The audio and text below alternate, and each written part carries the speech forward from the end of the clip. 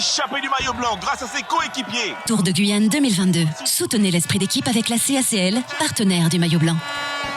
RDI Guyane vous a présenté Chaud le Goudron Chaud avec la CTG partenaire officielle du Tour, le comité régional de cyclisme de la Guyane, Signarama, la boutique Obsession, JMB Location, l'Oxygène, l'agence Point Pub et Gazaldis. Chaud le goudron chaud. En Mimi Souk pour ça, tout ça qui devait te connaître, zot qu'est savez. Chaud le goudron chaud. Oulé.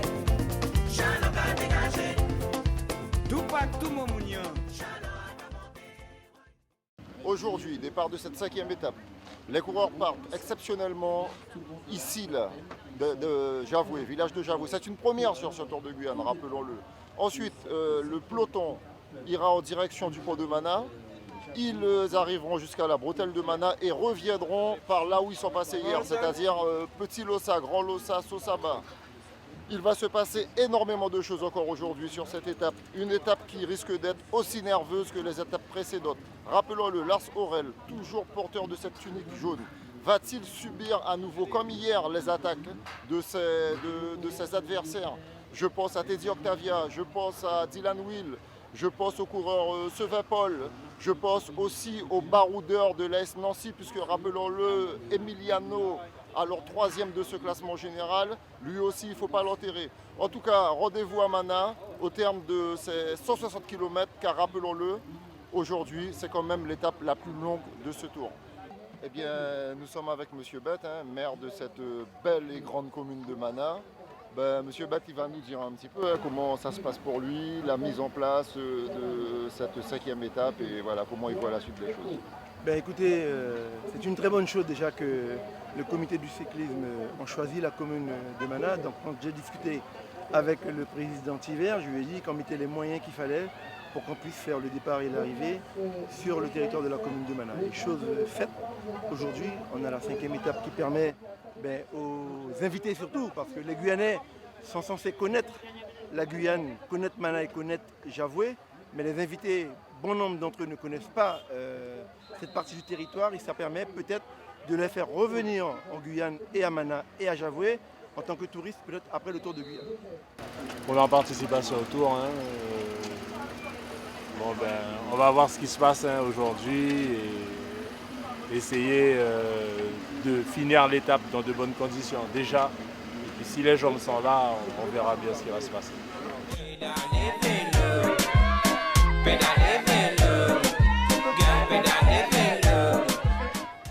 4, 3, 2, 1, top.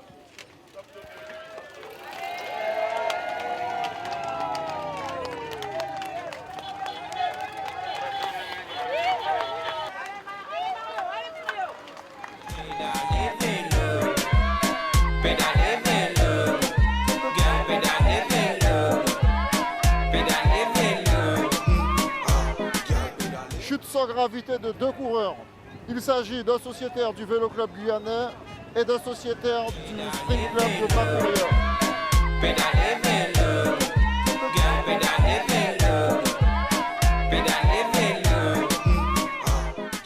20e kilomètre. Après avoir changé de vélo, le coureur Teddy Octavia, maillot rose, de ce Tour de Guyane meilleur jeune, reçoit le soutien de Patrice Ringuet pour pouvoir réintégrer ce peloton.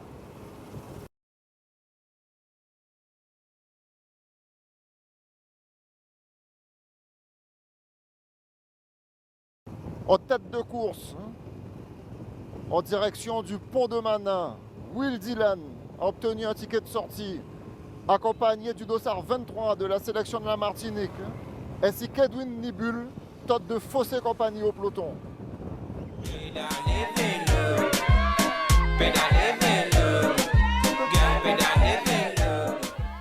Will Dylan, à l'avant de ce peloton, va-t-il pouvoir conserver suffisamment de force en vue du chrono à venir samedi? Car ne l'oublions pas, Will Dylan fait partie de ce classement général, ainsi que Nibul. Nibul lui-même accompagné de coureurs de sa sélection. Will Dylan, moi, je l'ai trouvé isolé et pour la suite des événements, c'est pas bon pour lui.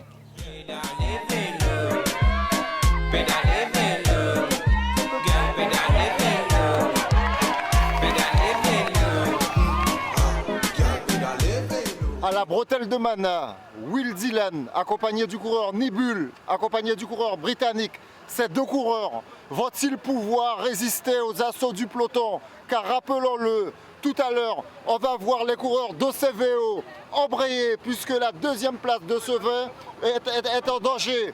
À l'avant de ce peloton, Will Dillon, virtuel maillot jaune, très offensif depuis l'étape d'hier. Car rappelons-le, depuis hier, Will Dillon est à l'attaque. Will Dillon sera-t-il résister à la bretelle de Mana ici même? Chaud, bête à chaud. Est-ce qu'il pourra résister? Car il reste encore plus de 90 km à parcourir. Même si Will Dillon a jusqu'à 4 minutes d'avance. Tout à l'heure, il verra son avance fondre comme neige au soleil. Chaud, vélo chaud!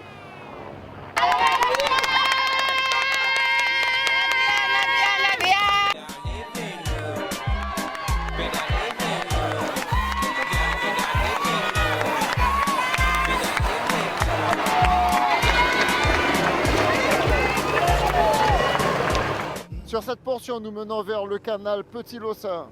Plus qu'un équipier en tête pour le maillot jaune. Sachant que devant, les 3 hommes de tête ont creusé l'écart, puisque à la bretelle de Mana, les 3 hommes de tête avaient plus de 4 minutes d'avance sur ce peloton. Alors que nous venons de quitter le canal Grand Lossin, nous sommes en direction du port du Sosaba. Will Dillon qui continue à imposer son rythme. Derrière lui, Edwin Libul. Et le troisième, toujours le même, le coureur Collins de la Grande-Bretagne, qui ne collabore pas, puisque, rappelons-le, son coureur Dominic Shields, alors ce matin, au départ de l'étape, était classé 4e de ce classement général.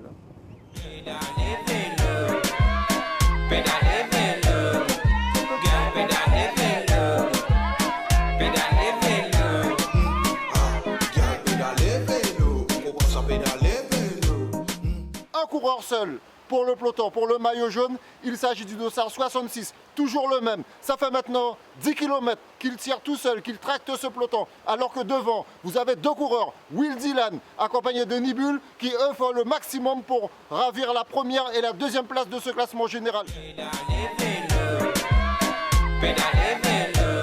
Au port de Sosaba, il y avait 3 minutes 40.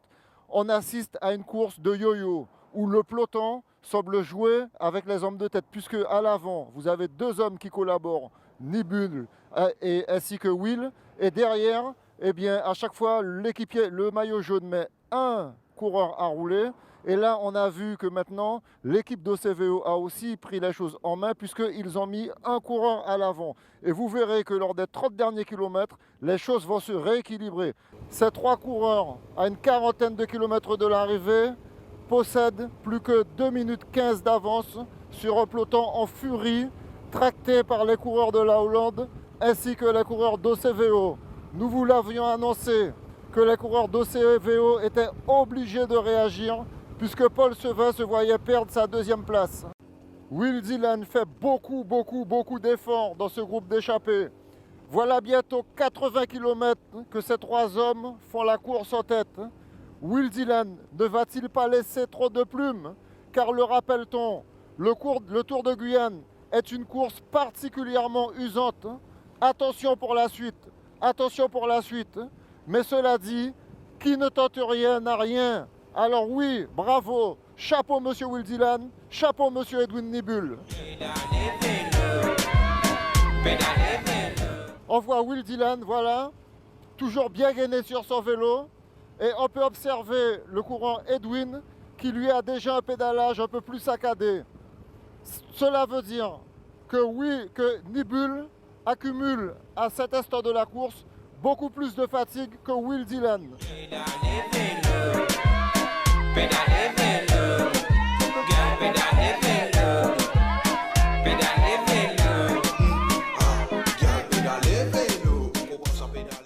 Aujourd'hui, avec ce que je viens de voir à l'image, je suis presque en mesure de vous dire qui sera le vainqueur de ce Tour de Guyane. Car on vient de voir 3 coureurs d'OCVO tirer pour essayer de revenir sur les hommes de tête. Les coureurs d'OCVO, ils se sautent fort puisqu'ils auraient très bien pu, à cet instant de la course, continuer à laisser la course pour les Hollandais continuer à laisser le maillot jaune se débrouiller et essayer d'attaquer ce maillot jaune par la suite. Mais ce qu'on vient de voir là, cela veut simplement dire que le coureur Paul Sevin se sent très fort et c'est une façon de gérer la course et de se dire on revient sur Will Dillon, derrière Lars Sorel conserve son maillot jaune et dans 2 jours on lui fait la peau à ce maillot jaune. Dans 2 jours on lui fait la peau. Pourquoi? Parce qu'on a Sevin qui est 2e du général, on a un autre coureur, Courcelles, qui n'est pas très loin, et ils ont aussi le dossard, il me semble, le dossard 11, qui lui aussi n'est pas très loin. Sachant que lors du premier contre-la-montre, le coureur Courcelles remportait ce contre-la-montre, le coureur Sevin terminait à 1 seconde du maillot jaune, il est fort à parier que sur le contre-la-montre des 15 km qui conduira les coureurs de la bretelle de Tonnet-Grande à Montsinéry, que Paul Sevin, à la veille de l'arrivée du Tour de Guyane, endosse cette tunique jaune. À 9 km de l'arrivée, un coureur seul en tête, le dossard 61. Il s'agit de Herman Buzaré, de l'US Sinamari. Ce coureur a réussi à s'extraire de ce peloton. Il possède quelques 20 secondes d'avance sur le peloton. Il reste plus que 8 km 500 de l'arrivée. Il a exactement 14 secondes d'avance sur le peloton. Mais on le voit sur son pédalage. Il a un pédalage ultra saccadé. Le garçon est fatigué. Il sera très compliqué pour lui de résister aux charges et aux assauts de ce peloton, toujours mené par les équipiers du maillot jaune.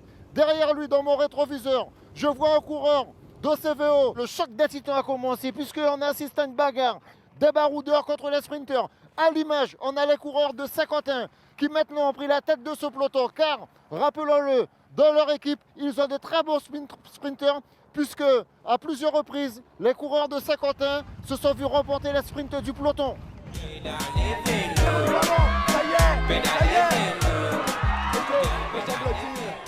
Hier, j'ai voulu me faire plaisir, j'ai fait une belle étape à l'avant, donc c'était cool, c'était vraiment cool. Et aujourd'hui, l'équipe m'a bien placé dans le final.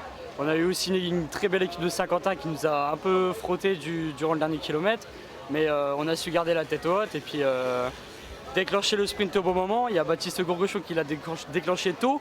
Et bon, dommage pour lui, c'est un ami à moi, mais dommage pour lui, c'est moi qui l'a dépassé sur la ligne, donc c'est cool, c'est vraiment cool pour nous, quoi. Chaud, goudron chaud. Moula.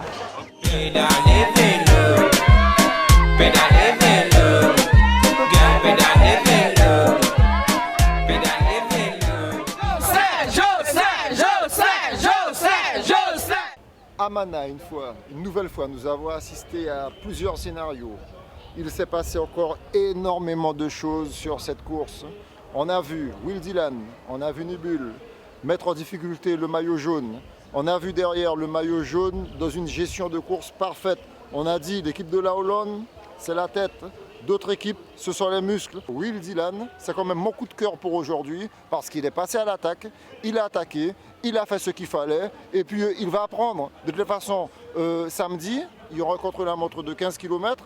S'il réussit son contre-la-montre, eh bien peut-être que ce qu'il a fait aujourd'hui va peut-être lui donner raison. Par contre, s'il passe à côté, eh bien ça va lui servir d'expérience. Voilà ce qu'on peut dire sur ce qui s'est passé aujourd'hui. Demain, les coureurs partiront de Saint-Laurent pour aller en direction de Sinamari.